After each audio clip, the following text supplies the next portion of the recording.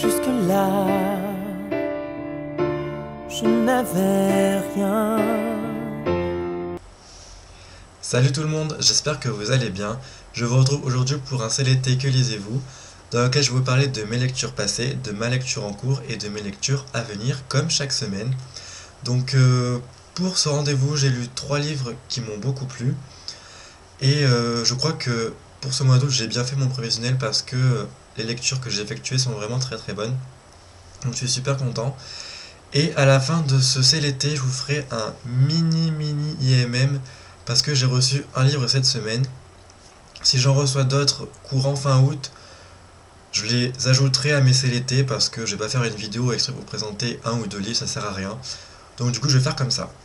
Alors, je vous laissais la semaine dernière, je crois, enfin il y a une semaine et demie, avec ma lecture en cours qui était Un monde idéal où c'est la fin de J.S.K. aux éditions Seconde Chance. Je vous mets la photo de couverture maintenant.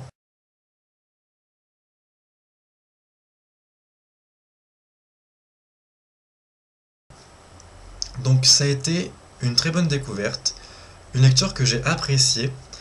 Il y a beaucoup d'humour, beaucoup d'autodérision, beaucoup de sarcasme, et j'ai passé un très bon moment.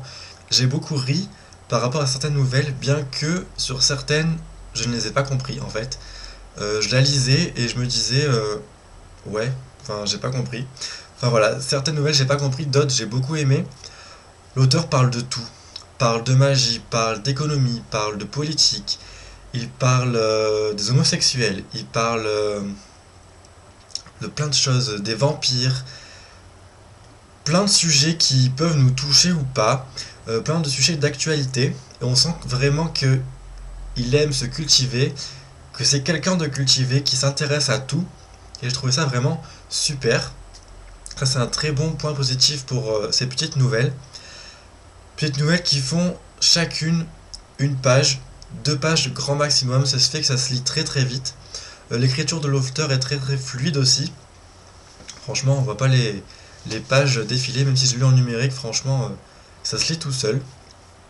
Voilà, donc après, c'est vrai que je me suis pas attaché au personnage de chaque nouvelle parce que en 2 pages, on n'a pas le temps de s'attacher au personnage.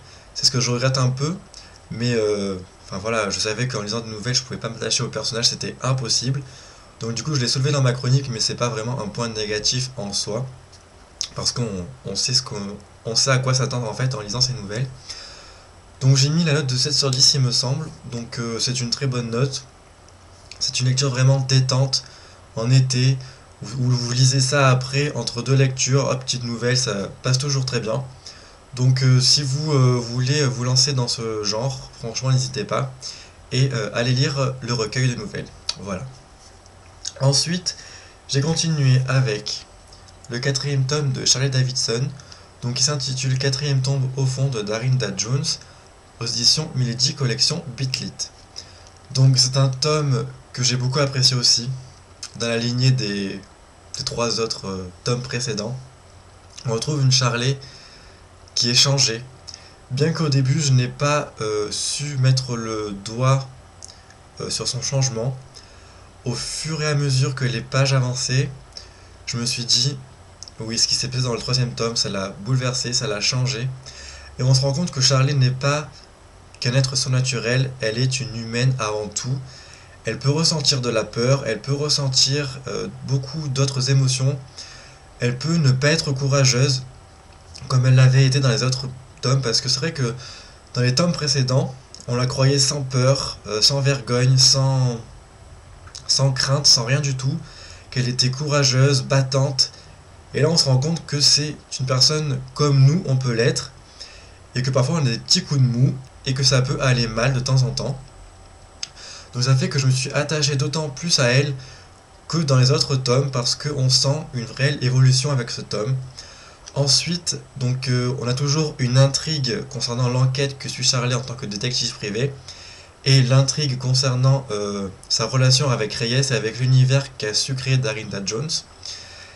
Et c'est toujours aussi intéressant de suivre les 2 intrigues. Chaque intrigue est très bien menée. Quand on est dans l'intrigue avec l'enquête, on est totalement absorbé par ça et on oublie le côté univers de Darina Jones. Et quand on est du côté de l'univers, on oublie complètement l'intrigue avec l'enquête. Donc ça fait que c'est très bien, comment dire, c'est très bien jaugé de la part de l'auteur. Et voilà, on arrive très bien à jongler entre les deux. Reyes, on en apprend plus sur lui, tout comme Charlie, parce qu'on en apprend plus sur leurs pouvoirs respectifs, sur leurs liens, sur leurs relations, et sur la future... Bon, je vais pas dire le mot, sinon je vais spoiler, je le sens. Sur leur futur à eux deux, en tant que être maléfique et en tant que faucheuse. Voilà, je vais dire juste ça parce que j'ai pas envie de spoiler. Donc voilà, c'est très bien mené, toujours l'écriture aussi fluide comme les autres tomes.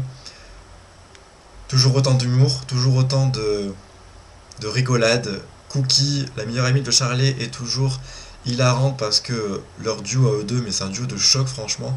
On ne peut que rire avec ces deux filles et c'est vraiment génial. Voilà, la fin qui laisse présager une suite encore super et j'ai trop hâte de lire le tome 5. Je ne sais pas encore pardon, quand il va sortir, mais je me jetterai dessus, ça c'est clair. Donc si vous n'avez pas encore commencé cette série, jetez-vous dessus, parce que c'est vraiment une série qui vaut de l'or. Donc j'ai lu Charlie Davidson, le tome 4. Donc ensuite j'ai enchaîné avec la sélection, le tome 2, l'élite de Caracas, aux éditions Robert Laffont dans leur collection R. Alors, j'ai beaucoup aimé ma lecture. Franchement, je m'attendais à être un peu déçu après les avis mitigés que j'avais pu entendre, mais je pense qu'en étant préparé psychologiquement à ce qui allait se passer, je ressens franchement content de ma lecture.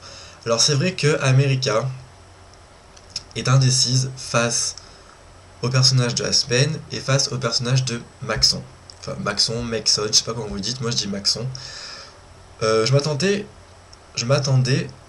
à ce qu'elle soit un peu plus girouette, après tous les avis que j'avais entendus. Mais franchement, qu'elle ne puisse pas choisir, ça ne m'a pas dérangé du tout.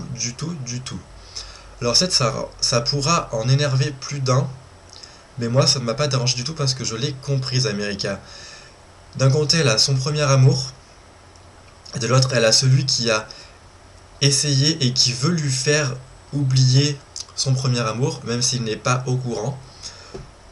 Et c'est vrai que chacun a ses qualités, chacun a ses défauts, bien que Aspen, je déteste ce personnage, franchement, je le trouve vraiment égoïste, égocentrique, nombriliste, il ne pense qu'à lui et à son petit bien-être, et je trouve que c'est un personnage vraiment horripilant. Voilà, ça c'est clair, je l'aurais dit. Et je trouve vraiment que si elle finit avec lui à la fin du tome 3, je serais vraiment déçu. Donc de l'autre côté, il y a Maxon. Donc je suis à fond pour ce personnage, je le trouve vraiment sincère, droit, loyal envers America. Et il ne lui a jamais menti. Et franchement, c'est un personnage que j'apprécie beaucoup, je me suis beaucoup attaché à lui. Parce que il a envie de faire chavirer le cœur d'America, mais elle est un peu réticente, et ça se comprend. Donc voilà, c'est vrai qu'on est beaucoup centré sur la psychologie de America dans ce tome-là, et j'ai beaucoup apprécié ça. Ensuite, la sélection avance, doucement mais sûrement. Donc on se retrouve avec 6 prétendantes au début du tome, il n'y en a plus que 4 à la fin. Donc c'est vrai qu'on avance doucement, mais c'est vraiment un tome de transition par rapport à la psychologie d'America, par rapport à ce qu'elle pense de ses prétendants, par rapport à ce qu'elle pense de la sélection et des autres sélectionnés. C'est vrai que on a beaucoup plus le temps de s'arrêter sur les autres sélectionnés. Je pense notamment à Céleste et à Chris. Céleste, je la déteste, elle aussi franchement. Et Chris, voilà, il y a beaucoup d'autres aussi sélectionnés. Et ce que je regrette un peu dans ce tome, c'est que on nous parle au moment de l'histoire d'Iléa, comment ça a été créé, tout ça. Bon, ça tarde pas du tout sur ça. Et j'aurais aimé que l'auteur développe davantage tout ça, pour qu'on s'imprègne davantage de l'histoire, de l'univers, etc. Ça aurait été vraiment super que l'auteur développe un petit peu plus ça. Mais bon, tant pis. Peut-être que ça se fera dans le tome 3, mais ce serait vraiment très tard pour le faire. Voilà, moi je vous recommande de lire ce tome 2 si vous avez beaucoup aimé le tome 1, comme ça avait été pour mon cas. Après, c'est vrai que le comportement de America peut en énerver plus d'un, je le conçois absolument, mais après ce n'est que mon avis, et il pourrait être différent si vous lisez ce tome. Voilà, donc j'ai lu les livres de Kirakas. Ma lecture en cours, c'est le tome 8 de La Maison de la Nuit, Libéré, de PC Cast et Christine Cast, aux éditions Pocket Jeunesse. Donc j'ai lu 126 pages. J'apprécie beaucoup retrouver les personnages, l'univers de ces vampires. Voilà, c'est la série qui m'a fait me redonner le goût de la lecture. Donc du coup, c'est vrai que tous les tomes se sont lus très rapidement, très facilement. Ce tome-là n'échappe pas à la règle, mais je vous en reparlerai plus la semaine prochaine quand je l'aurai fini. Ma lecture future, parce que je me suis prévu qu'une lecture, je vous expliquerai pourquoi. Donc pour finir, mon prévisionnel d'août, je me suis prévu le tome 3 de Wayne Nest, Trompé, de Jess Hain, aux éditions Milady Collection Bitlit. Donc pour être à jour dans la série, je l'avais prévu pour ce mois d'août, donc je le sortirai après Libéré. Et j'ai hâte de retrouver Shira Wayne Nest parce qu'elle me manque énormément. Voilà, donc je me suis prévu qu'une lecture future parce que je compte lire les manuscrits que les éditions Calepin m'ont envoyés parce que il me semble que vers le 3 ou 10 septembre, je dois rendre les fiches de lecture. Donc du coup, je vais m'y mettre vraiment, il me reste 3 manuscrits à lire.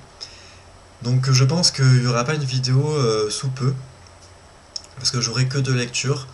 Donc, je verrai, je vous tiendrai au courant de toute façon sur la page Facebook.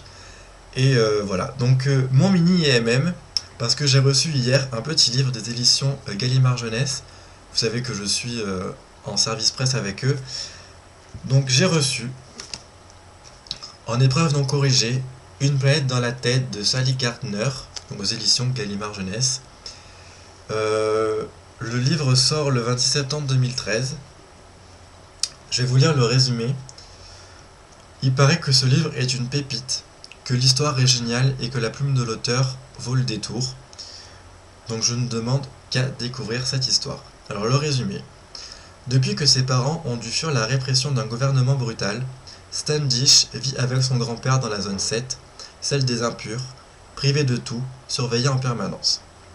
Dyslexique, il subit à l'école brimades et humiliations, jusqu'au jour où il se lie d'amitié avec son nouveau voisin, Hector. Ensemble, ils rêvent de s'évader sur Juniper, la planète qu'ils ont inventée. Mais Hector et ses parents disparaissent sans laisser de traces. Ont-ils été supprimés ? Voilà, je pense que c'est un univers un petit peu dystopique, jeunesse. Voilà, franchement, ce qui va se lire très très vite parce que c'est écrit super gros. Et ça fait 250 pages à peu près, voilà, 253 pages. Donc je ne demande qu'à découvrir, franchement, c'est à voir. Et je vous dirai si ça vaut le coup de l'acheter à sa sortie le 26 septembre 2013. Donc c'en est fini pour cette vidéo du CLT que lisez-vous, j'espère qu'elle vous aura plu. En tout cas, comme à chaque fois, n'hésitez pas à commenter pour me laisser votre lecture en cours. Sur les livres aussi que j'ai pu lire, vos impressions, ça me fera toujours plaisir. Je vous souhaite en tout cas de très bonnes lectures. Moi, je vais aller au boulot à 16 h, donc je vais essayer de poster les vidéos avant. Passez une très bonne semaine et je vous dis à très bientôt. Bye bye. Jusqu'à toi, j'ai cherché mon chemin.